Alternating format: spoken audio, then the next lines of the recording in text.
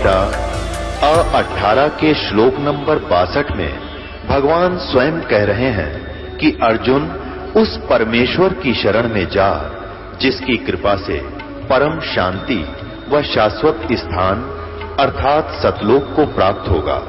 वो परमेश्वर कौन है, कहां है, कैसा है, जानने के लिए कृपया अवश्य सुनिए जगत गुरु तत्वदर्शी संत रामपाल जी महाराज के अमृत वचन।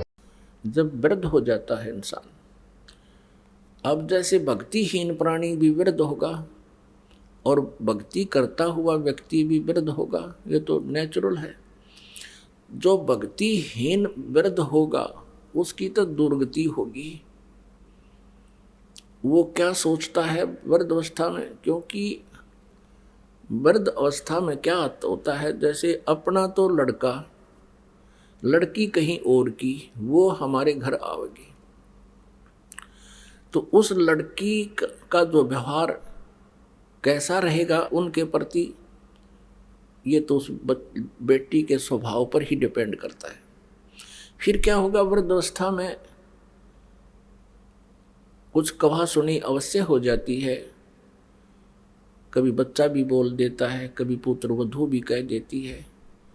तो फिर क्या याद आते हैं भक्तिहीन प्राणी के उस माता और पिता को, एकांत में बैठ कर रोते हैं कि देखो हमने इनको ऐसे पाला पोसा, इनकी कितनी हमने सेवा की है, और देखो कितनी मेहनत से इनको पाला, आज हमें क्या सुनने को मिल रहे हैं। वृद्धावस्था में क्या होता है कि बूढ़ा आदमी अपने अनुभव को अपने बच्चों को बताने की चेष्टा करता है और वो कोशिश करता है कि बालक मैं कहूँ ऐसे ही करें। लेकिन उस वृद्ध की अवस्था में और बच्चे जब जवान होते हैं तब तक बहुत समय बीत चुका होता है, तो बच्चे अपने समय के अनुसार बाहर के समाज को देखते हुए अपने कर्म क्रियाओं को करते हैं, जो उस बुजुर्ग को पिता को गंवारा नहीं होते, जिस कारण से वो बात बात पर उन्हें टोका टाकी रखे। यूँ कहेगा तुम तो नाश करोगे, तुम ऐसा करते हो, हम तो ऐसा करते थे, हम कभी ऐसा नहीं करते थे। शुरू में हमने देखा कोई गांव में ये टूथपेस्ट ले आता, तो उसको टूथपेस्ट कौन लाता, जो नौकरी वाला हो या कोई बाहर शहर में रह रहा हो, तो उसके बारे में बातें बनाया करते, देख नाश करेगा, यूँ तो पता नहीं क्या बन गया। तो इस तरह की हमारी जो नेचुरल सोच होती है, इस तरह की सोच बनी ही रहती है। तो वो बुजुर्ग टोका टाकी अवश्य करता रहता है, जिस कारण से उन बच्चों में मन मुटाव सा बन ही जाता है कि पिताजी बार बार टोकते रहते हैं, हम कोई बालक थोड़ी रह गए हैं, शादीशुदा हो गए हैं, बाल बच्चे भी हो गए हैं। तो इस तरह का जो माहौल बिगड़ता है वो भक्तिहीन प्राणी, ज्ञानहीन बूढ़ा वृद्ध या जो है ना एक न्यारी खराबी करा करें, एक विशेष अशांति का कारण बनता है। एक समय क्या हुआ कि एक वृद्ध मृत्यु को प्राप्त हो रहा था और उसकी जुबान बंद हो गई। उसके बच्चे निकट आए, क्या हो गया पिताजी को। पिताजी कुछ ऐसे संकेत कर रहा था, ना हाथ हिल रहे थे ना जीभ उठ रही थी, ऐसे संकेत कर रहा था। अब उन्होंने सोची कि पिताजी कुछ बताना चाहते हैं। उनको ये शंका होगी कि पिताजी कहीं धन दाब रखा, धन यानी पैसा या सोना आभूषण दाब रखे हैं कि तो जमीन में। पहले ऐसे ही करते थे, चोरों के डर से जमीन के अंदर पैसे छुपा दिया करते थे। तो उस पशु जहाँ बांधा करते, पशुओं के नीचे स्थान खोद कर गड्ढा उड्ढा दाब देते, ऊपर ऐसा करते थे किसी को पता नहीं लगे कहाँ दाब रखे। तो ऐसे जहाँ पशु बंधते थे उस साइड में ऐसा कर रहा था। अब बच्चा ने सोची पिताजी कुछ बताना चाहते हैं, कुछ पैसा इन्होंने छुपा रखा है, मृत्यु होगी और ये व्यर्थ जाओगा। उस गांव में एक व्यक्ति था, वो ऐसा इंजेक्शन लगा देता था कि यदि श्वास शेष हैं उसके तो उसकी जीभ उठ जाती थी, वो बोल के 1-2 मिनट मुश्किल से वो बोल सकता था, जैसा भी 1-2 मिनट, और वो 500 रुपये लेता था। वो दौड़ के गया, एक जना उनसे लाया डॉक्टर को बुला के कि हमारे पिताजी के वो इंजेक्शन लगा दे जिससे ये बोल पड़े। उसने 500 रुपये रखवा लिए, 500 रुपये दो पहले, 500 रुपये ले लिए, उसके इंजेक्शन ला दिया। वो बूढ़ा ठीक हो गया, बुजुर्ग। तो लड़के कहने लगे, हाँ पिताजी बता क्या कहो है, क्या कह रहे हो, जल्दी बताओ जल्दी बताओ। कहने लगा, रहे तुम कित मर गए, यो गाय का बच्चा झाड़ू खा ली, देख देख तुम कहाँ नाश करोगे मेरे पास है, ये झाड़ू खा ली गाय के बच्चे ने। नो कह बूढ़ा तो मर गया। अब वो लड़के बोले, बाबू या झाड़ू 500 रुपये में पड़ेगी तेरी, ये वो तो गया बूढ़ा मर गया। अब हमारी एक तो यह स्थिति होगी बुढ़ापे में जो भक्ति नहीं करते, हम चाहेंगे बच्चों का लाभ करें, वो होगी आनी, क्योंकि उस स्थिति बदल चुकी होती है। और जिस घर में भक्ति नहीं वहाँ कलह रहती है। परमात्मा कहते हैं, मतलब के बिना कोई नहीं प्यारा, स्वार्थ के बिना कोई नहीं प्यारा। जब तक बैल चले हड़िये में तब तक डालें चारा, जब तक बैल चले हड़िये में तब तक डालें चारा। बिरध होवे जब नाथ काट दे वो घर घर लाठे खारा, स्वार्थ के बिना या कोई नहीं प्यारा। फिर क्या बताते हैं, भाई बिरध होवे जब पड़े खाट में सुने वचन खारे, बिरध होवे जब पड़े खाट में सुने वचन खारे। कुत्ते तावण का भी सुख को ना ये छाती फूकण हारे, मतलब के बिना कोई नहीं प्यारे। अब क्या होता है, जैसे बुढ़े की या बुढ़िया की घर कहाँ सीटिंग होती है उसकी, कहाँ गेट के ऊपर है, और वहाँ कुत्तों की रखवाली करते हैं, कुत्ता कोई घर में ना बढ़ जाए। पुत्रवधू जाती है कहीं जल लेने बाहर खेतों में या चारा लेने,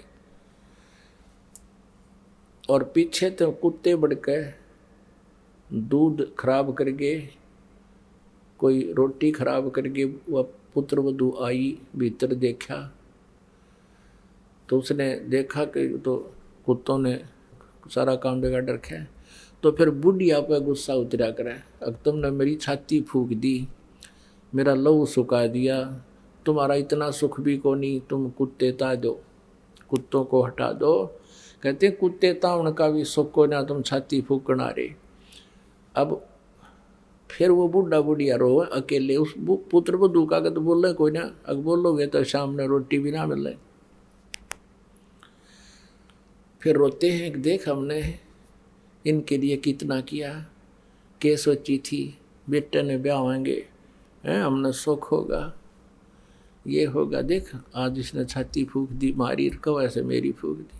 तो पुण्यात्माओं, ये बट नेचुरल है, यहाँ रो चाहे को राजी रहो, इस काल ने हमें इस प्रकार परेशान कर रखा है और ऐसे ही रहेंगे। इसके विपरीत जो भक्ति करते हैं, परमात्मा का नाम लेते हैं, इस परमेश्वर की शरण में रह रहे हैं, तो उनकी स्थिति में फर्क पड़ जाएगा। क्योंकि यदि बच्चे भी भक्ति में लग जाए तो फिर तो मिनी सतलोक हो जाएगा आपका घर, ये सत्कर मान लेना। अब जैसे आप वृद्ध होंगे, बच्चे युवा होंगे, इनका विवाह भी होगा, सारे काम होंगे, ठीक है। माता पिता का स्वभाव होता है कि अपने बच्चों को अपने अनुभव अनुसार गाइड जरूर करें, उनको बताओ बेटा ऐसे कर लो, ऐसा कर लो, और वो नहीं मानते हैं कि नहीं पिताजी ऐसा ठीक है, हम ऐसा करते, तो उसको ऑब्जेक्शन करने की जरूरत नहीं चाहिए, अगर समझदार है तो। कहना अवश्य चाहिए, क्योंकि हो सकता है कोई बात ऐसी भी हो जाए बच्चों के ना दिमाग में हो और वह बात सेट हो जाए पिता वाली माता वाली, और वो ऑब्जेक्शन करते कि नहीं ऐसे ही करेंगे, अच्छा बेटा कर लो, अपना माड़ा लेकर और करंट बदल ले, दूसरी तरफ मुँह फेर कर अपना मंत्र शुरू करते। और फिर क्या होगा कि परमात्मा की कृपा से भक्ति करने से पहले तो आपका शरीर ठीक रहेगा बुढ़ापे में, क्योंकि सारी उम्र के किए हुए पुण्य और पाप साथ तो रहते हैं युगों युगों के, तो वो बुढ़ापे में आकर फिर अपना सारा प्रभाव दिखा देते हैं। भगवान की भक्ति से फिर एक न्यारी शक्ति प्राप्त होती है, आत्मा और शरीर को कष्ट रहित भी होता है, और बच्चों के अंदर भी परमात्मा दयालु दया भर देता है। एक विशेष नम्रता आती है, वो डरते हैं मालिक से, कहीं पिता माता की आत्मा ना दुख जा, हमें पाप ना लग जा। तो उस दृष्टिकोण से भी ऐसा कोई कदम नहीं जल्दी से उठाते जिससे माता पिता को दुख हो, और उधर से माता पिता भी इतने समझदार हो जाना चाहिए इस ज्ञान से, एक बार प्रार्थना करें नहीं मानने तक, अच्छा बेटा नो ऐसे देख लो, और फिर अपना मंत्र में ध्यान रखे। वो पिछले रंडरोने नहीं रोए मन न्यू करार ना मानते हो फलाना, ये तो बकवादे हैं, ये तो काल का व्यवस्था है, इनको भगवान से दूर रखा है, मन में खरपतवार भरता रहे, इनके खुरापात भरे रहे, भक्ति ना करेंगे। तो इस ज्ञान से वो बात बनेगी। तो ऐसे हम अपने इस जीवन को भी सुखी करेंगे, परमात्मा को भी पाएंगे। तो पुण्यात्मा, हम यहाँ आकर के काल के जाल में हम फंस गए, और अंत समय में हमने यहाँ से जब चलना होगा, आपके ऊपर एक रहम होगा यो भी कि बुढ़ापा कंपलसरी और आवश्यक है इस भक्ति के लिए, क्योंकि जब तक आप युवा हो, ये जो दास बोल रहा है ना, एक एक वचन से समझना जैसे अनमोल और सत्य। अब तक जब तक आप युवा हो, आपको पल की चैन नहीं है, भक्ति कर रहे हो, ये आपका सौभाग्य है, ये विशेष कृपा मालिक की आप है, लेकिन आपको इतनी कसक नहीं है। और जो कि तो आप ये काम अपनी क्रिया करते हुए भक्ति करते हुए वृद्ध भी होगे, और वृद्ध होकर के फिर आपका शरीर भी शिथिल होगा, आपके शरीर में भी कोई छोटा मोटा ठूठा बनी रहेगी, कोई कष्ट आ गया, कभी जाड़ पड़वानी, कभी आँखें तो दिखना बंद हो जाए, नूडर रह गए, भगवान का ध्यान हो जाऊँ ये मालिक क्या, तो दूना भगवान याद होगा। और फिर आपको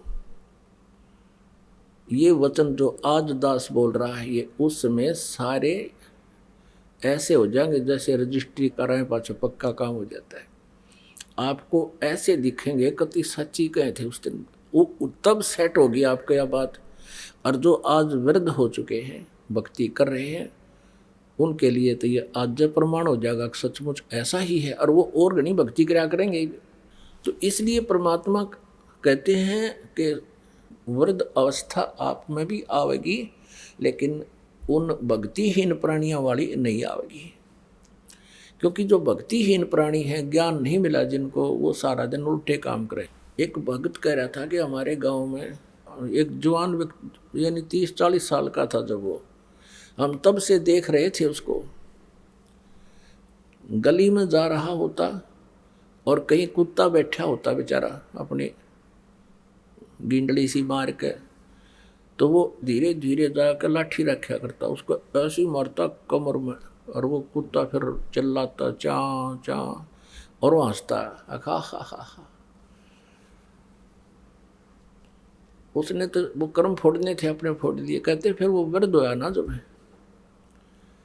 न्यो रोया करता जैसे कुत्ते रोया करे, जैसे वो कुत्ते रोया करते ना जिनको लठ मारा करता बे, मतलब ऐसे रो रो का मरा साल भर भुगत के, और नो बूंदी तरह रो जैसे वास्तव में कुत्ता रो रहा हो।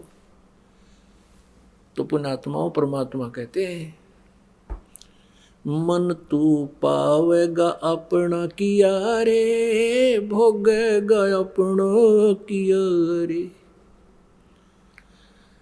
मन तू पावेगा अपना किया रे, भोगेगा अपना किया रे। अब जो भक्ति करते हैं उनके विषय में बताते हैं भाई मीराबाई को मारन लागे जहर का प्याला प्यारे, मीराबाई को मारन लागे जहर का प्याला प्यारे, पीवत ही अमृत हो लाग्या, हो गया सर्द ही अरे मन तू पावेगा अपना किया रे, भोगेगा अपना किया रे, मन तू पावेगा अपना किया रे, भोगेगा अपना किया रे। 33 करोड़ यज्ञ में आए 88 सारे, 33 करोड़ यज्ञ में आए 88 सारे, 12 कोट वेद के वक्ता वहाँ सुपच का शंख बजा रे, मन तू पावेगा अपना किया रे, भोगेगा अपना किया रे, मन तू पावेगा अपना किया रे, भोगेगा अपना किया रे। प्रहलाद पैज परवान करी है धर नरसिंह अवतारे, प्रहलाद पैज परवान करी है धर नरसिंह अवतारे। अब परमात्मा हमें ये याद दिलाना चाहते हैं कि भाई जो भक्ति करोगे, आपके ऊपर कोई आपत्ति आवेगी तो भगवान ऐसे मदद करेगा। जैसे मीराबाई को मारने के लिए उसको विष का प्याला उसके देवर ने पिला दिया और वो पीगी मालिक को याद करके, वो मरी नहीं। और कुछ हम देखते हैं किसी को इंजेक्शन लगा दिया, इंजेक्शन रिएक्शन हो गया और उसकी मृत्यु होगी। ये जो धन धन सतगुरु सच्चा सौदा सिरसा वालों का जो परम धनी था, वहाँ का जो प्रवर्तक है वो राधा स्वामी पंथ से निकला हुआ था और उसका नाम श्री खेमामल जी, उसको बलोचिस्तानी शाह मस्ताना कहा करते, शाह मस्ताना जी, क्योंकि वो पिछले पुण्यकर्मी प्राणी थे। उन पिछले पुण्यों के कारण ही प्राणी कोई राजनेता बनता है, पिछले ही भक्ति शक्ति से ही कोई साधु संत बनता है जो धार्मिक नेता बनता है। और वो दोनों ही अपने पुण्यों को नष्ट कर जाते हैं, अंत में उनकी दुर्गति होती है जब तक सत भक्ति उनको नहीं मिलती। जैसे कोई बैटरी चार्ज है इन्वर्टर की, और अब वर्तमान में चार्जर है नहीं, चार्ज पहले कर चुके हैं, अब वर्तमान में चार्जर भी नहीं लगा रखा है तो उससे पंखे भी चल रहे हैं, क्योंकि वो पहले की चार्जड है, उसमें पावर स्टोर्ड है, स्टोर कर रखी है। जब तक वो उसकी चार्जिंग ठीक रहेगी, वह शक्ति जितनी उसमें स्टोर है वह काम करेगी, तो वो ठीक चलती रहेगी। पंखे भी चल रहे हैं, कूलर भी चल रहा है और ट्यूब भी जग रही है, नो प्रॉब्लम। और फिर एकदम जब उसका अंत होगा, डिस्चार्ज हो जाएगी वह बैटरी, फिर देखना सारी ये प्रॉब्लम। तो जब तक इन पुण्य पिछले जन्म जन्मांतर में कभी साधना की हुई वो बैटरी चार्जड है, स्टोर है आपके पास वो भक्ति शक्ति, तब तक तो आप कुछ भी, कार भी हो जाएगी, कोठी भी होगी, बिजनेस भी होंगे, फैक्ट्रियां भी होंगी, राजा भी बन जाओगे, मंत्री मुख्यमंत्री प्रधानमंत्री भी बन जाओगे, नो प्रॉब्लम। लेकिन फिर होगी ज़बरदस्त प्रॉब्लम। कैसे होगी कि आपने चार्जर नहीं लगा रखा, वह बैटरी जब तक चार्ज है, पिछले पुण्य आपके साथ हैं, वो चलेगी और फिर एकदम डिस्चार्ज होगी। है एक उदाहरण है कि अपने देश के राष्ट्रपति श्री ज्ञानी जैल सिंह जी, अब उनका जीवन देखो कितना अच्छा रहा। पहले पंजाब के मुख्यमंत्री बने, फिर और भी कोई मंत्री पद पर सेंटर में रहे, फिर वो राष्ट्रपति बन गए। अंत में फिर क्या हुआ कि उनका दुर्घटना होगी जब वो राष्ट्रपति पद पर नहीं थे, और दुर्घटना से उनको बॉडी में काफ़ी डैमेज हो गया। वो मरे गए उसी दुर्घटना में, साल 6 महीना भुगत गए, फिर ऋणी रस बात आई नहीं। और आगे क्या होगा वो भगवान का विधान बताता है। कबीर हरि की भक्ति बिना ये राजा रसब हो, माटी लदे कुम्हार के भाई घास ना डाले कोई हो। कि जो भक्ति नहीं करते वो राजा भी गधे की योनि में जाते हैं। फिर गधे के साथ कैसा सलूक होता है आपको पता ही है, ये तो घना एक्सप्लेन करने की जरूरत नहीं। कहते माटी लदे कुम्हार के, और चरने के लिए भी बाहर जाता है, उसको वहां चारा भी नहीं मिलता। फिर तो पुण्यात्माओं यहाँ यही बताना चाहते हैं परमात्मा हमारे को कि तुम इन जो गाइडलाइन में बताई जा रही हैं इनको हृदय में जमा के और इनसे बाहर ना जाना, इनको भूल मत करना। फिर क्या बताते हैं कि जो भक्ति करते हैं कि उनको कैसे सुख होता है, जो भक्ति नहीं करते हैं उनकी क्या दुर्गति होती है। पुण्यात्मा आप साधना कर रहे हो, वो बच्चा वो व्यक्ति चाहे कितना गरीब है, मजदूर है, चाहे रिक्शा चला के अपना गुजारा कर रहा है, और लेकिन यह भक्ति सच कर रहा है, सच भक्ति कर रहा है, जो सच्ची इस दास के पास है, तो वो आज यहाँ पूरे पृथ्वी का भी कोई राज्य उसको प्राप्त हो जाए, किसी अन्य व्यक्ति को पृथ्वी का भी अगर पूरा शासन, पूरी पृथ्वी का वो चक्रवर्ती राजा भी हो, तो उस रिक्शा चलाने वाले भगत का पासिंग भी कोनी। उसकी तुलना में वो जैसे नथिंग है, क्योंकि वो अपनी पिछली पूंजी को नाश कर रहा है, पिछले पुण्यों को, पिछले धन को बर्बाद कर रहा है, खो और खिंडा रहा है। जो रिक्शा चलाने वाला या मजदूर व्यक्ति या कोई भी है, चाहे सेठ हो, राजा भी भक्ति करता है तो वो भी अच्छा है। भक्ति करने वाले का तुलना नहीं कर रहा है ये दास जो भक्ति ना करता, क्योंकि राजा से तुलना इसलिए की जाती है कि उसको तो हम सक्षम मानते हैं, समर्थ मानते हैं, सबसे बड़ा मानते हैं, और इसलिए उससे तुलना की जाती है कि अन्य की तो फिर स्थिति खत्म हो जाती है। जब राजा भी ना भक्ति करने वाला राजा और भक्ति करने वाले मजदूर से भी बुरा है, यूजलेस है उसका जीवन। ये तत्व ज्ञान की बातें हैं, उसी को समझ में आएंगी जो परमात्मा के इस ज्ञान को ग्रहण करता है। तो उसमें क्या होता है कि एक भक्त अपनी बैटरी चार्ज कर रहा है और वो डिस्चार्ज कर रहा है, उसका चार्जर है को नहीं, तो उसका अंत बुरा होगा और इसकी बैटरी चार्ज होगी, इसको सदा सुख रहेगा। तो इस कारण से जो साधनाएं करते हैं उनको कितना सुख होता है, और भक्ति करने वाले जो होते हैं, जैसे साधना तो सभी करते हैं, कोई किसी देव की, कोई किसी देव की, कोई किसी मजहब में किसी प्रकार की सभी पूजाएं कर रहे हैं, और वो साधना यदि शास्त्र अनुकूल नहीं है तो भी यूजलेस है। पुण्यात्माओं, आपने श्रीमद् भगवत गीता अध्याय नंबर 2 के श्लोक नंबर 37 और 38 में ये पढ़ा, ये लिखा है इसके अंदर कि गीता ज्ञान दाता ये काल कह रहा है अर्जुन को कि अर्जुन तू युद्ध कर ले और लाभ हानि जय पराजय को छोड़कर भूल के तू युद्ध कर, तुझे कोई पाप नहीं लगेंगे, तू पाप को प्राप्त नहीं होगा। और वो बता भी रहा कि ये भक्ति कर ले, मेरा सिमरण करो, ओम नाम का जाप है मेरा, 8वें अध्याय के 13वें श्लोक में कि ओमिति एक अक्षरम ब्रह्म विहारण माम अनुस्मरण ये प्रयाति तजन देहम सयाति परमाम गति। गीता ज्ञानदाता ब्रह्म श्री कृष्ण जी में बोल रहा प्रवेश करके, वो कहता है कि मुझ ब्रह्म का ओनली एक अक्षर ओम है, नथिंग एल्स।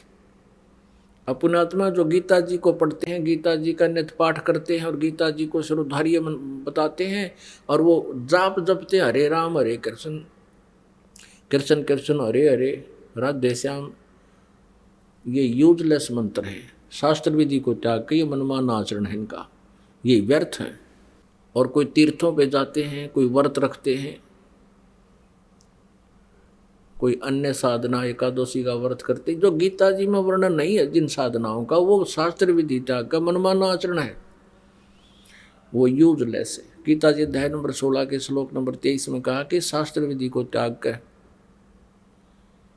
जो मनमाना आचरण करते हैं उनको न तो सुख होता है, न गति होती है, और न ही उनको कोई सिद्धि प्राप्त होती है। यूजलेस। इसलिए कहा कि अर्जुन इससे तेरे लिए 24वें श्लोक में 16वें अध्याय गीता जी में, इससे तेरे लिए शास्त्र ही प्रमाण है। कर्तव्य और अकर्तव्य की व्यवस्था में शास्त्र ही प्रमाण है, और उनको जानकर तू भक्ति वैसे ही कर। किसी के लोक वेद दंत कथा के आधार से मत साधना करना, वो यूजलेस होगी। अब श्री कृष्ण के अंदर यू काल बोल रहा था, इस काल के निकल जाने के बाद श्री कृष्ण जी को पता नहीं गीता में बोला क्या था। अब आप श्री कृष्ण जी के इतिहास में देखिएगा, शिव पुराण में लिखा है कि एक बार श्री कृष्ण जी ने पुत्र प्राप्ति के लिए घोर तप किया। ये तप गीता में लिखा कहीं? तो इससे भी सिद्ध होता है गीता जी का ज्ञान नहीं था श्री कृष्ण जी को। तो ऐसे ही ये काल ने गीता वाला ज्ञान दिया, दो प्रकार से दिया है। एक तो ये कहता है गीता ज्ञान दाता कि ये तो मेरा मत है, जो उसका मत है वो तो उसके सत्र का ज्ञान है, और जो अन्य ज्ञान गीता जी में है वो वेद ज्ञान है।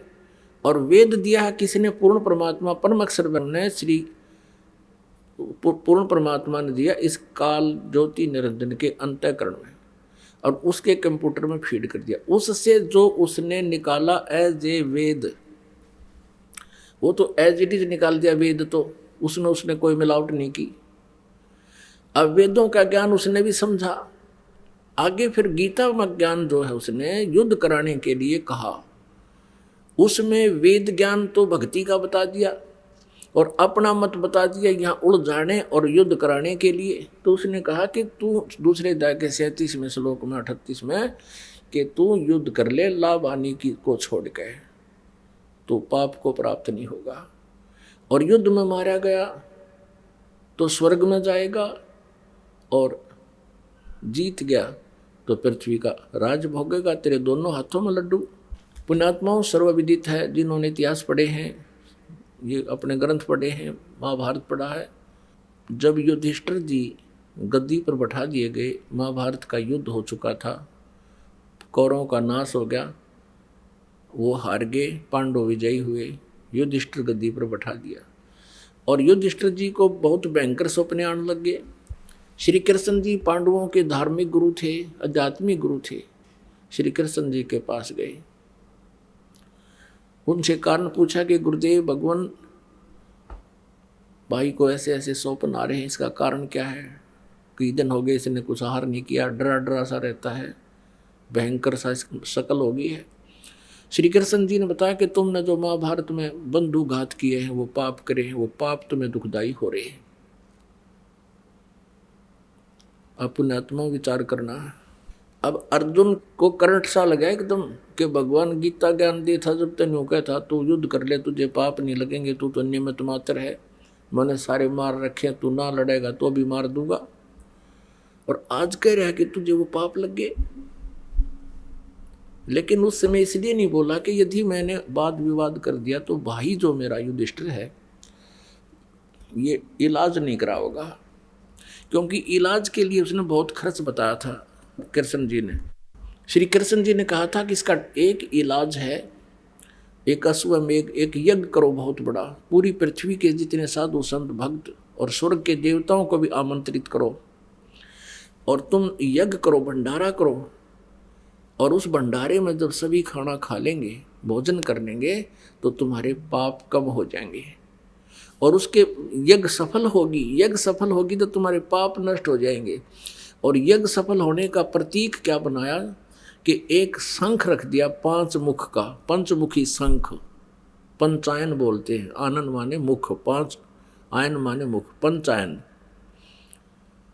वो अलग रखा जाए सुसज्जित स्टेज पर, एक स्थान पर अलग से एक मेज पर रख देंगे ऊंचे पे, और सब भोजन खा लेंगे। जो आवाज करेगा अपने आप वो शंख, तो समझ लेना तुम्हारी यज्ञ संपूर्ण होगी। यज्ञ संपूर्ण होगी, शंख बज गया तो तुम्हारे पाप नाश होंगे, नहीं तो नहीं। अब पूरी पृथ्वी के सभी साधु संत भक्त ऋषि महर्षि 12 करोड़ ब्राह्मण सारे बुला लिए। तो उसलिए अर्जुन नहीं बोल सका कि यदि मैं अब टोक दूंगा कि भगवान आपके उस गीता के ज्ञान में तो कह रहे थे कि तुम्हें कोई पाप नहीं लगेंगे, आज कह रहे हो तुम्हें पाप लगे, तो वाद विवाद करना उचित ना जानकर कि भाई को ठेस पहुंच जाएगी, ये इलाज नहीं करवाएगा, कहेगा कि अर्जुन नहीं चाहता मैं स्वस्थ हो जाऊं, इसने आज पैसे दिखाई देते हैं, मैं दिखाई नहीं देता। इस करके अर्जुन ने सब्र का घूंट पी लिया, लेकिन वो कांटा खटक रहा था। सब आमंत्रित किए गए, यज्ञ का स्थान दिन समय निहित कर दिया श्री कृष्ण जी ने, और 33 करोड़ देवता 88,000 ऋषि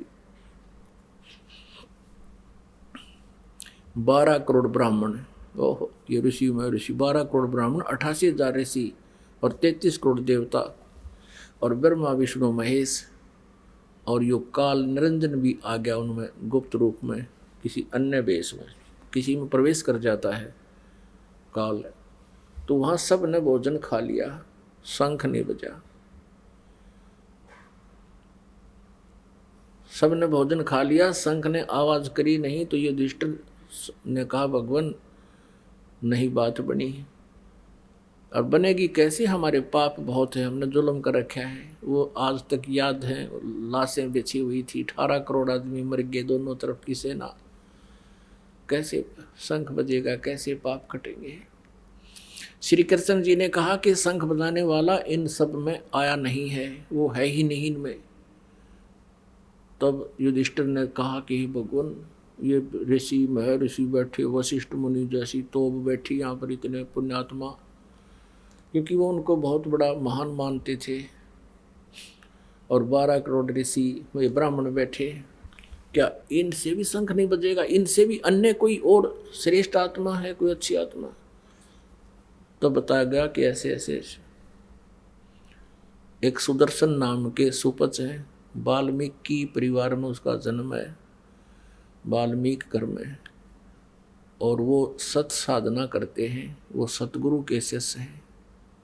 सतगुरु जो तत्वदर्शी संत होता है, अब उनको बुलाने गए, उस साइड में जो आमंत्रित करने की ड्यूटी ला रखी थी भीम की, और भीम गया था कहाँ, सुदर्शन जी के पास। और सुदर्शन जी कौन थे, परमेश्वर कबीर देव जी, वो पूर्ण ब्रह्म अपनी लीला अनुसार प्रत्येक युग में आते हैं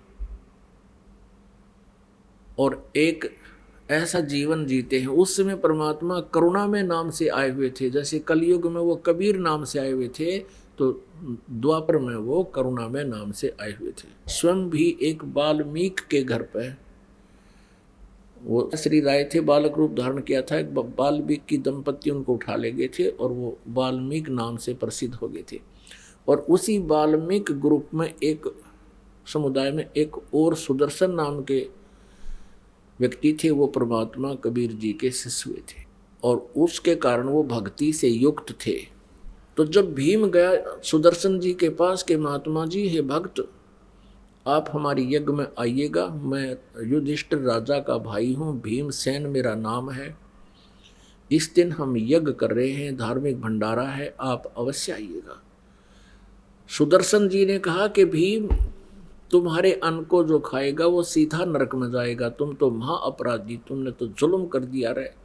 ऐसे उन विधवाओं की जो सेना में सैनिक मरे हैं उनके तो आंसू नहीं सूखे हैं, उनके बच्चे रो रहे हैं, अपनी माँ से पूछ रहे हैं हमारा पापा कब आओगा, हमारा पिताजी कब आएंगे। वो बहका रहे हैं बेटा वो फौज में गए हैं, अभी आएंगे। और तुम आनंद भोग रहे हो, तुम सुखी भी रहोगे, तुम सुख की इंतजार करते हो, तुम्हें तो नरक में वास होगा, तुम्हारा नरक में। अब राजा को ये बात कोई कह दे सहन नहीं होती। अब भीम कहने लगा कि भाई भगत बात सुन ले, घना मत बोले, फालतू बात करने की आवश्यकता नहीं है, ना तेरा दो मारूंगा। ये तो मेरे भाइयों से और कृष्ण जी से मुझे उनकी जो है ना लज्जा है, नहीं तो तेरी अभी मैं मुंह को तोड़ देता। आना है तो आइए, ना मत आइए, ज़्यादा मत बोल। सच्चाई सुन नहीं सकते जिसके पास थोड़ी सी भी प्रभुता होती है। अब उस युधिष्ठिर ने पूछा कि भगवान कौन है फिर ऐसा जो शंख बजावेगा। श्री कृष्ण जी ने बताया कि ऐसे काशी के अंदर, दिल्ली के इस साइड में एक सुदर्शन नाम का है सुपच, वाल्मीकि घर में जन्म है। वो नहीं आमंत्रित किया तुमने, वो भक्त था। युधिष्ठिर ने कहा कि भीमसेन की सेवा लगा रखी थी, उधर न्योता देने की, निमंत्रण देने की, इनविटेशन यानी उधर न्योता देने वो ही गया था, उसको बुलाया। भीमसेन से पूछा कृष्ण जी ने कि आप उधर गए थे, एक सुदर्शन नाम के महात्मा भगत हैं, उनको आपने निमंत्रण दिया कि नहीं? निमंत्रण दिया तो वो आए किस कारण से नहीं? अब भीम ने कहा भगवान न्योता तो मैं दे दिया था उसको, पर वो तो घना कुबोल आदमी है, वो तो बूढ़ा बोला है। श्री कृष्ण जी ने कहा भाई तूने हमें तो बताना चाहिए था जी, ऐसी समस्या आ गई, हम कोई बनाते उसका कारण, ढूंढते। क्या बोला उसने कि ऐसे ऐसे बोला? क्या कहा? श्री कृष्ण जी ने कहा तो सारी बता के क्या उसने? भीम ने कहा कि वो कहने लगा कि तुम नरक में जाओगे और तुम्हारे अन्न को जो खा लेगा वो सीधा नरक जाएगा, तुमने ऐसा पाप कर रहा है, तुम अपराधी हो, तुम महापापी हो। और सुदर्शन जी ने कहा था यदि मुझे तुम्हें अपने यज्ञ में ले चलना है तो मुझे ऐसी यज्ञ 100 यज्ञों का पुण्य मुझे संकल्प कर मुझे दे दे, तब मैं तुम्हारे उस पाप के अन्न को खाऊंगा। और मैंने उससे ये कहा कि हम तो ये दूसरी ही यज्ञ कर रहे हैं, एक यज्ञ तो करी थी भाई जब गद्दी पर बैठे, और दूसरी अब करने जा रहे हैं। अब युधिष्ठिर तो पहले मना कर रहा था उस गद्दी पर नहीं बैठूं मैं, वो भी ऐसे ही कह रहा था, लेकिन श्री कृष्ण ने उसको एक छोटा सा यज्ञ करवा के बैठा दिया। तो कहने लगा हम कहाँ से लाएं आपको 100 यज्ञ का फल दें? ऊपर से फिर उसने ऐसा गलत कह दिया। श्री कृष्ण जी को पता था ये भी पहलवान माइंड आदमी है, पता नहीं इसने क्या होगा भगत को। श्री कृष्ण जी ने कहा फिर आप के बोले, सच्ची बताइए। अब भीमसेन कहने लगे कि मैंने उससे कहा कि ज़्यादा ना बोले, तेरे मुंह न तोड़ दूंगा, आना हो तो आइए, ना बेशक मत आइए, मुझे श्री कृष्ण और भाई युधिष्ठिर का डर है, नहीं तुझे अभी कर देता तेरा काम। तब श्री कृष्ण जी कहने लगे भले आदमी, कभी दिमाग भी प्रयोग करा कर अपना, हंगा नहीं चला करता सब जगह।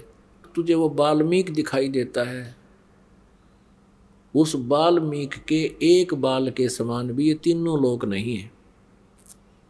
तूने हमें बताना चाहिए था, और संत को ऐसे अपशब्द कहने का दूना पापी हो गया तू। और हमारे साथ चल, उसके चरण छू, माथा टेक, अक्षमा याचना करना लायक, तेन तो और काम बिगाड़ दिया। रथ तैयार किया, 5 पांडु, 6 कृष्ण भगवान वहाँ पहुँच गए। 1 योजन यानी 1 योजन होता 12 किलोमीटर दूर, 1 योजन दूर रथ रोक दिया और 6 के 6 पैदल चल पड़े, रथ पीछे पीछे घोड़े आ रहे। उधर से क्या हुआ कि सुदर्शन ने अपने गुरुदेव करुणामय जी से यानी कबीर जी से कहा कि भगवान ऐसे ऐसे युधिष्ठिर का भाई आया था भीमसेन, और वो कोई यज्ञ करे हैं भगवान, और मैंने उनको मना कर दिया वहां जाने के लिए। तो भगवान कबीर जी यानी करुणामय जी कहने लगे सुपच और सुदर्शन, उनका यज्ञ पूरा ना हो शंख नहीं बाजे बेटा, वो तो तेरे तो बात बनेगी, वो फिर आवेंगे और यही नाक रगड़ेंगे तेरे पास आके। अब सुदर्शन ने सोचा ये फिर सिर में दर्द करेंगे हैं, और वो इतने पाप का भोजन उन्होंने बना रखा, मैंने खा लिया तो मेरा तो काम बिगड़ जाएगा। उसने क्या किया कि तू निकल जाए यहाँ से। वो अपना कुटिया छोड़ के, घर छोड़ के, और लंबा टूर प्रोग्राम बना लिया, 15-20 दिन का, बाहर निकल गया। अब परमात्मा कहते हैं अपने भगत की इज्जत परमात्मा रखता है। कहते मेरा भगत पे छोड़ी हुई तो तुम्हारा नाम न लेवे कोई। अब अपने भगत का रूप बना के पूर्ण परमात्मा परम अक्षर ब्रह्म बैठ गए उस सुपच की सुदर्शन की कुटिया में जाके। पांचों पांडव आए, श्री कृष्ण जी ने देखा सामने बैठे हुए, क्योंकि जो थोड़े से भक्ति बढ़ जाती है उनकी दिव्य दृष्टि काम करने लग जाती है। और श्री कृष्ण जी को सामने देखे, परम पिता बैठे, चरणों में दंडोत प्रणाम किया। बस की बात नहीं, एकदम आत्मा झुकेगी। जब श्री कृष्ण जी ने प्रणाम किया तो पांचों पांडव ने किया। अब वो कौन से खेत की मूली जो श्री कृष्ण प्रणाम करने लग रहे हैं गुरु जी। और उस पहलवान ने भी करना पड़ गया, भीम ने। अब परमात्मा न्यू चाहते थे, यू बालक करते गया गलती, उस दिन गलत बोल गया भगत को, पर भी वो माफी मांग लेगा, क्षमा कर देंगे। दयालु बहुत है, क्योंकि ये सारे बच्चे उसी के तो हैं। इसलिए मालिक ने खेल खेला, वो पांचों ने दंडोत प्रणाम किया। खड़ा होके श्री कृष्ण जी ने करबद्ध होके कहा, भगवान ये राजा युधिष्ठिर है, ये इसके छोटे भाई हैं, और मैं कृष्ण हूँ, द्वारका से आया हूँ, आपको निमंत्रण देने आए हैं, ये इनकी यज्ञ में चलिए भगवान। तो परमात्मा ने कहा कि मैंने इस भगत से कहा था उस दिन, मेरे वो कंडीशन पूरी करो। क्या कहा था कि 100 यज्ञ का फल मुझे दो, तब यज्ञ में चलूं। तब श्री कृष्ण जी ने कहा कि हे प्रभु, आपकी वाणी है, संत मिलन को चालिए तजमाया अभिमान, और जो जो कदम आगे रखे ओहे यज्ञ समान। पुण्यात्मा, ये आपके लिए है ये फार्मूला। यदि आप सत्संग में आते हो, चाहे कोई कितना धनी है, चाहे कितनी उच्च पोस्ट का व्यक्ति है, भगवान के दरबार में भिखारी बन के आवे, या अभिमान नहीं रहना चाहिए। तब परमात्मा कहते हैं, जब ऐसी स्थिति में ऐसे भाव से आप घर से चलते हो, और यहाँ तक जितने कदम आपके बनते हैं, एक कदम 100 अश्वमेघ यज्ञ के तुल्य पुण्यदायक होता है। अब देख लो, परमात्मा की वाणी गलत नहीं हो सकती, 100 की 100 सच्ची है। संत मिलन को चलियो तजमाया अभिमान, और जो जो कदम आगे रखे ओहे यज्ञ समान। एक कदम इधर रखोगे ना, सच्चे भाव से, विनम्र भाव से, अपने दास बनकर, अधीन बनकर, जैसे कोई रोगी हो भयंकर, जिस व्यक्ति को उस नगर के डॉक्टर सलाह देते हैं कि आप जाइए PGI या ऑल इंडिया इंस्टीट्यूट दिल्ली में, या कोई और अच्छे हॉस्पिटल में अपनी जांच कराइए और वहाँ इलाज कराइए, हमसे नहीं हो रहा, तो उसकी गीगी बन जाती है उस व्यक्ति की। अक ना जाने क्या रिपोर्ट आवेगी, ना जाने है भगवान कैसी बीमारी पावेगी। तो उस समय वो कितना उच्च पद पर हो, और चाहे कितना धनी हो, उसनो धन दिखाई नहीं देता, अपनी जान दिखाई देती है। फिर वो जाता है हॉस्पिटल में, डॉक्टर कहता है लेट जाइए, वो ना सोचता तू राजा है प्रजा है क्या है, तू सेठ है, जब लेट जाता है ऐसे करके। वो कहता जाओ वहाँ जांच करा के आओ दूसरी, वो वहीं ले चल पड़ता अपनी लेकर चिट्ठी को।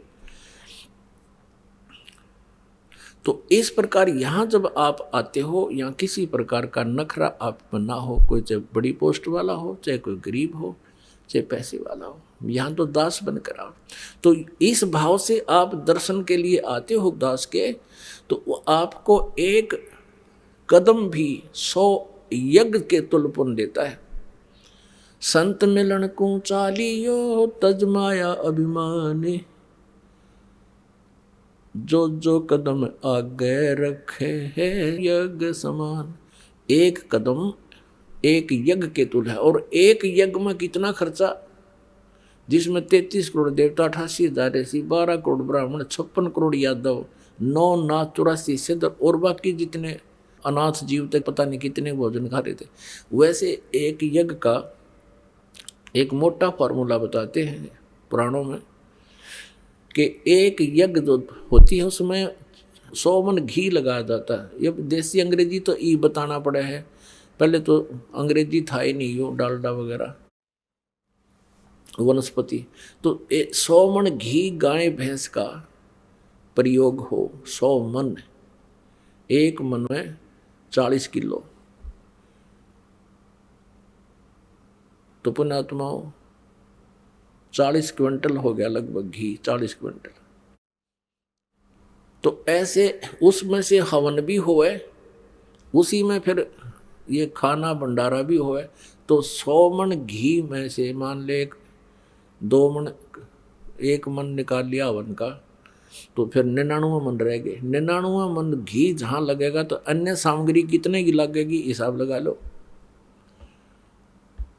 तो इतना खर्चा उस यज्ञ में होता है, और वो यज्ञ का फल आपको इस भाव से यहाँ आने वाले को कहते हैं संत मिलन को चालिए तज माया अभिमान, और जो कदम आगे रखे ओ है यज्ञ समान।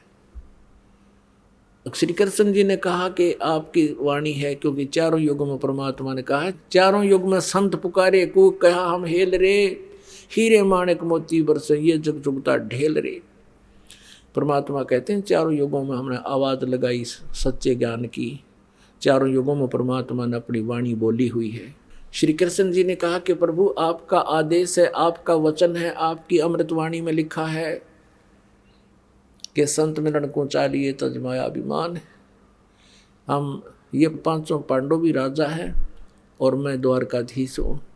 आप अंतर्यामी हैं, देख लीजिए हमारे हृदय में किसी में जरा सी भी आज, क्योंकि श्री कृष्ण जी तो वैसे सतोगुण थे, वो तो साधु संतों की वैसे ही बहुत आदर सत्कार करते थे। थोड़ी सी करड़ थी तो पांडवों में थी, वो नए नए राजा बने थे भीमसेन, तो उस दिन उनकी भी फड़क निकल गई कि इस बिना तुम्हारा यज्ञ पूर्ण नहीं हो, यज्ञ पूर्ण नहीं होगा तो आज युधिष्ठिर में तकलीफ है, क्योंकि वो प्रेत बढ़ रहे थे उसमें। और उनको बता दिया गया था कि युधिष्ठिर के बाद ये फिर दूसरे नंबर के में आओगी, फिर तीसरे के में आओगी, तुम सारे नो मरोगे। उधर से उनका कोई विकल्प नहीं नजर आ रहा था, वहाँ पर सब जगह उनके लोग हंसाई हुए थी कि इनका यज्ञ पूर्ण ना होया। तो उन्होंने करबत होकर कहा परवरदिगार हमारे यज्ञ में चलिए दाता, और भीमसेन से कहा माफी मांग नागरगढ़ महापुरुष के सामने। भीमसेन ने भी करबत होकर कहा प्रभु बख्शमा कर दो, मेरी कही सुनी माफ़ करो, अनजानपने में मूर्खता में मैंने बहुत कुछ बोल दिया आपको। तब परमात्मा प्रसन्न हो गए, साधु भूखा भाव का धन का भूखा ना। और उनको इस योग्य बनाना चाहते थे कि अपनी कृपा बना सके इनके ऊपर। जब तक अहंकार जीव में है भगवान लाभ नहीं देता, उनके अहंकार का नाश करके तब उनको लाभ देने चले थे। जब भगवान गए, श्री कृष्ण जी ने कहा द्रौपदी बढ़िया भोजन बना दे, इस महात्मा के भोजन खाने से आज तुम्हारा शंख बजेगा, यज्ञ पूर्ण होगी। अब परमात्मा किस वेशभूषा में थे, जैसे अभी ये अपने भारतवर्ष में तभी हो गए सुथरे कपड़े पहनने लगे, नहीं तो पहले मैले कुचैले से कपड़े और दाढ़ी बड़ी हुई, सिर के बाल बड़े बड़े, थोड़ी थोड़ी दाढ़ी सभी रखते थे, छोटी सी लंगोटी धोती गोड्या तक की, टूटे से जूते, कति सिंपल वेशभूषा में, और आकर बैठ गए। और वहाँ बैठे हुए मंडलेश्वर वो ऋषि पाक रे ब्राह्मण जो कति नहाए धोए, 3 त्रिकाली स्नान करनी है, और आसन लगा रखे सबके नारे नारे। और परमात्मा का आसन श्री कृष्ण जी ने अपने हाथ बिछाया, क्योंकि ये तो सतोगुण भगवान है। अपने मित्र सुदामा के पैर धोए इन्होंने और उनको अपने सिंहासन पर बैठा दिया, आप नीचे बैठ के। ये तो इस टाइप के महापुरुष है। और वह नकली बैठे आसन पांडी पाके नु सारे ऋषि मैं ऋषि 33 करोड़ देवता 88,000 ऋषि 12 करोड़ ब्राह्मण। और ये परमात्मा गए एक सिंपल सी वेशभूषा में। अब जब परमेश्वर वहाँ प्रकट हुए, उस पहुँचे उस पूरे टोल में, झुंड में, सब देख रहे हैं और कह रहे हैं ये करेगा इनका यज्ञ पूर्ण। वो मंडलेश्वर कह रहे हैं अरे इनके पाप ही ज़्यादा हैं, पाप तो अपने भोगने ही पड़ते हैं, अक्षमा थोड़े ही होते हैं। उनकी वह थ्योरी इतनी थी। तब श्री कृष्ण जी ने कहा द्रौपदी भोजन बना, और ये महात्मा भोजन खाओगा तुम्हारा शंख इससे बजेगा। अब द्रौपदी ने ये सोचकर अपने हाथों भोजन बनाया, कहीं कोई नौकर नौकरानी भोजन खराब बना दें, साधु संत नाराज हो जाए, इससे ही हमारा काम बनना है, बाकी तो ये बिगड़ा पड़ा ही है। अपने हाथों रोटी बनाई और चूल्हे पर बनाते थे पहले तो रोटी, ये गैस सिलेंडर नहीं थे। हर तरह के, जैसे खीर न्यारी बनाई, हलवा अलग से, कई प्रकार की सब्जी बनाई है, काजू किशमिश की भी सब्जी बनाई, और बड़े अच्छे पकौड़ी, कचौड़ी, दही बड़े, हलवा, पूरी सब बना के और थाली में रख के और महात्मा के सामने रखती। अब परमात्मा तो वो तो मालिक थे, उन्होंने क्या किया, उन कटोरियों में से थोड़ा थोड़ा सभी आहार निकाल लिया, सभी उसमें भोजन निकाल लिया, थोड़ी सी दाल डाल ली, सब्जी डाल ली थाली में, हलवा डाल लिया, कचौरी, दही, पकौड़ी, और फिर उसका लगे खिचड़ी बनाने, ऐसे मिलाने लगे। अब द्रौपदी ने यूँ सोचा था कि मैं भोजन इतना स्वादिष्ट बनाऊंगी कि ये घास फूस खाने वाला व्यक्ति और आज इस भोजन ने खा के उंगली चाटता रह जाएगा और मेरी 100 जगह प्रशंसा करेगा कि भोजन बनाया द्रौपदी ने।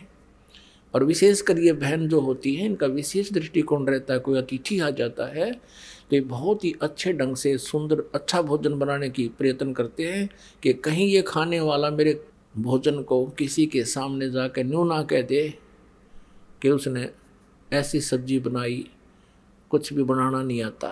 यानी इस दृष्टिकोण से भी द्रौपदी ने अपने पूरा सूझबूझ से बड़े बढ़िया भोजन बनाया था। अब द्रौपदी की आशा के विपरीत काम हो गया। द्रौपदी तो न्यू सोच रही थी, न्यू कहेगा भाई ओहो बड़ा बढ़िया भोजन भाई, वाह वाह, किसने बनाया न्यू पूछेगा। और जब उस परमात्मा ने वो सारा इकट्ठा कर लिया तो द्रौपदी के मन में बहुत ही कुविचार आ गए महापुरुष के प्रति, भगवान के प्रति। उसने क्या सोच लिया मन में कि यू रहा शूद्र का शूद्र है, इसने खान का भी ना बेरा, मैंने 1 घंटा आँख फुड़वाई धूमा में है, लकड़ी आग बाल के, और इसने सारा ये काम बिगाड़ दिया, इन्हें खाना भी ना आता, काय का शंख बजाएगा ये, मन मन में सोच रही है, नाराज हो रही। अब परमात्मा ने क्या किया कि वो मिला लिया था सारा, उसमें से 1 ग्रास खाया और वो दूर रखा हुआ शंख अपने आप आवाज की, उसने 1 बार बज के बंद हो गया। फिर परमात्मा ने दूसरा ग्रास खाया, फिर आवाज करी, फिर बंद हो गया। तीसरा खाया, 5 बार में जितना भी भोजन उसने डाला था अपनी थाली में, वो 5 बार में खा लिया और 5 ही बार वो शंख बोला, फिर बंद हो गया। अब युधिष्ठिर कहने लगा भगवान बड़ी दया हुई आपकी, शंख बज गया। श्री कृष्ण जी ने कहा नहीं भाई, शंख बज अवश्य का, लेकिन इस तो बात ना बने, ये तो बज कर रुकना नहीं चाहिए, कई घंटे तक अखंड बाजना चाहिए था, तो तब सफल होगी तुम्हारी यज्ञ। तब युधिष्ठिर ने कहा भगवान अब किसको बुलाओगे। तब श्री कृष्ण जी ने कहा कि युधिष्ठिर इस महात्मा के समान इस पृथ्वी पर कोई महापुरुष नहीं है और ये वाल्मीकि नहीं है। वाल्मीकि का अर्थ तुम जिस दृष्टिकोण से सोचते हो ना वो नहीं, इसके 1 बाल के समान भी ये 3 लोग नहीं है। श्री कृष्ण जी कह रहे हैं कि युधिष्ठिर, वो कहते हैं ना सतगुरु के दरबार में कमी का है कि ना अनसा मोद नहीं पावता, तेरी चूक चाकरी में, अपनी कोई चाकरी में चूक है। द्रौपदी से पूछा बहन साची बताना, क्योंकि श्री कृष्ण भी देख रहे थे और द्रौपदी को भी देख रहे थे, कभी नाक सकोड़े थी, कभी ऊपर ने तोड़ी पड़े थी माथे पे। कहने लगा बहन साची बताना, महात्मा जी ने जो भोजन खाया तेरे मन में क्या प्रदूषण हो गया था। आज इस महात्मा से शंख बजाएगा द्रौपदी, इस पृथ्वी पर और को नहीं है, और आज तुम्हारा तो तंत्र काम बिगाड़ दिया। तब द्रौपदी ने कहा कि भगवान सचमुच मेरे अंदर बहुत दोष आ गया था कि मैंने ये अपने 1 घंटे तक तो आँख फड़वाई धूमे में, फूँ फाँ करके आग बाड़ी और नारे नारे भोजन बनाए। जब इस महात्मा ने इकट्ठे कर लिए ना, मेरे मन में आ गया कि रहा यो शूद्र का शूद्र, इसने खाना भी ना आता, छेड़ फेड़ दे, ये क्या का शंख बजाओगा। मेरे मन में दोष आ गया। श्री कृष्ण जी कहने लगे बहन ये महात्मा है और आपने भोजन बना दिया, तूने जिस श्रद्धा से बना, तेरा तो अकाउंट न्यो का न्यो है, लेकिन ईब खोलिया तेने मन में दोष बना के। आपने धनी का आगे धर दिया, क्यों करे खाओ यो, और तूने मोल ले लिया कि महात्मा को 2 टूक खुआ के, इसके ये जो भोजन खाकर तुझे जो फल मिलेगा वो तो गिनती नहीं कर सकती। तो नहीं, ये एक हलवा पूरी बना के मोल ले लिया महात्मा को, नालायक, तेरे ऊपर रहम करा इसने, यहाँ आ गया तेरा भोजन खा लिया, शुक्र बना, और तन तो अभिमान कर लिया बेटी, बेबे तन अभिमान कर लिया, हाँ अभिमान हो गया। तो तेरे मन का यो अभिमान तेरे में मरोड़ है ना, तेरी मरोड़ सीधी कर रही हो, इसलिए नहीं बजाया इसने शंख। तो अब क्या करूं भगवान कि इसके चरण धो के पी, धूल धूल भरे चरण न्यो के न्यो धर के प्रात में, और लोटा पानी का लाई अपने हाथों धोया, डाल के उल्टी ही लोटे में, और पीन लगी द्रौपदी। आधा पी लिया जब श्री कृष्ण जी ने कहा कि बहन आधा मुझे भी दे दे। ऐसे महापुरुष का चरणामृत कब कब मिला है।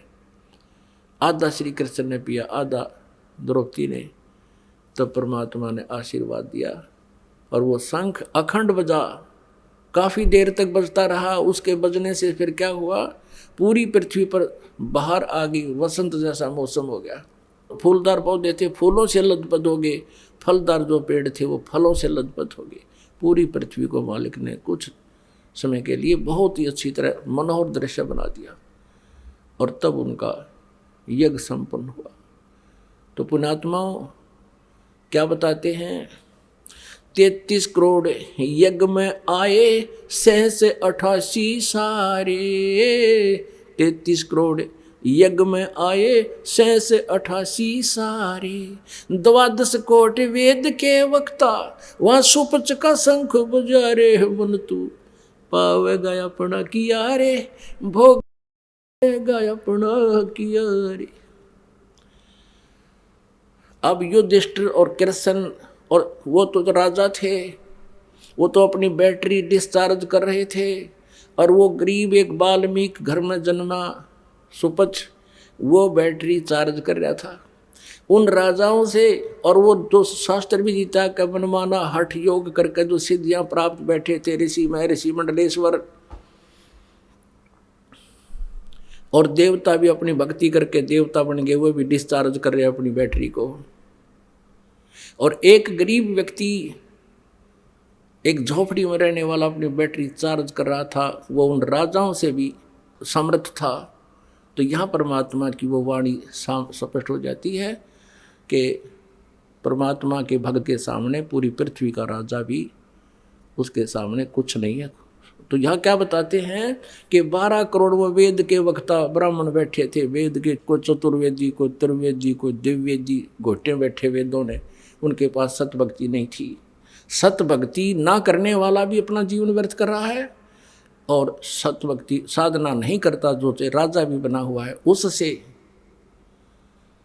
वो संसारिक दृष्टि से रंक, वो उनसे असंख्य गुना अच्छा है। परमात्मा कहते हैं, कबीर सब जग निर्धना, धनवंता ना कोए, धनवंता सोए जानियो, जिस पर राम नाम धन होए। बोलो सतगुरुदेव।